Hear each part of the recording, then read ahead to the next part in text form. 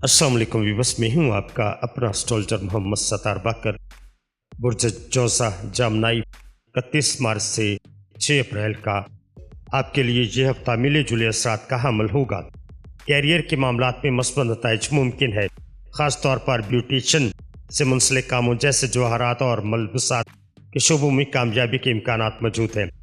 तालीम के हवाले से बुरचौसा अफराद की इब्तदाई तालीम हासिल करने वाले तलबा का दिल पढ़ाई से हटकर खेल कूद और कहानियों की तरफ माइल हो सकता है, लिहाजा तवज्जो मरकूज रखने की ज़रूरत है। ख़ानदानी मामलात में दूसरे घर पर किसी गिरा का तवील असर न होने की वजह से घर के अफराद एक दूसरे के साथ जज्बाती तावन का मुजाहरा करेंगे। माली तौर पर सैरा मरीख के पहले घर में मौजूदगी की वजह से मेहनत के तनासब से फ़ायदा हासिल होने के इम्कानात हैं, ताहम सेहत के मामले में चिड़चिड़ापन और गुस्से से दूर रहना आपके लिए ज़रूरी होगा। अप्रैल के पहले हफ्ते में सैरा मुश्तरी के 11वें घर में दाखिल होने से आमदनी में इजाफा और औलाद की खुशखबरी के इम्कानात हैं। ये तब्दीली कैरियर में कामयाबी और तनख्वाह में इजाफे का बायस भी बन सकती है।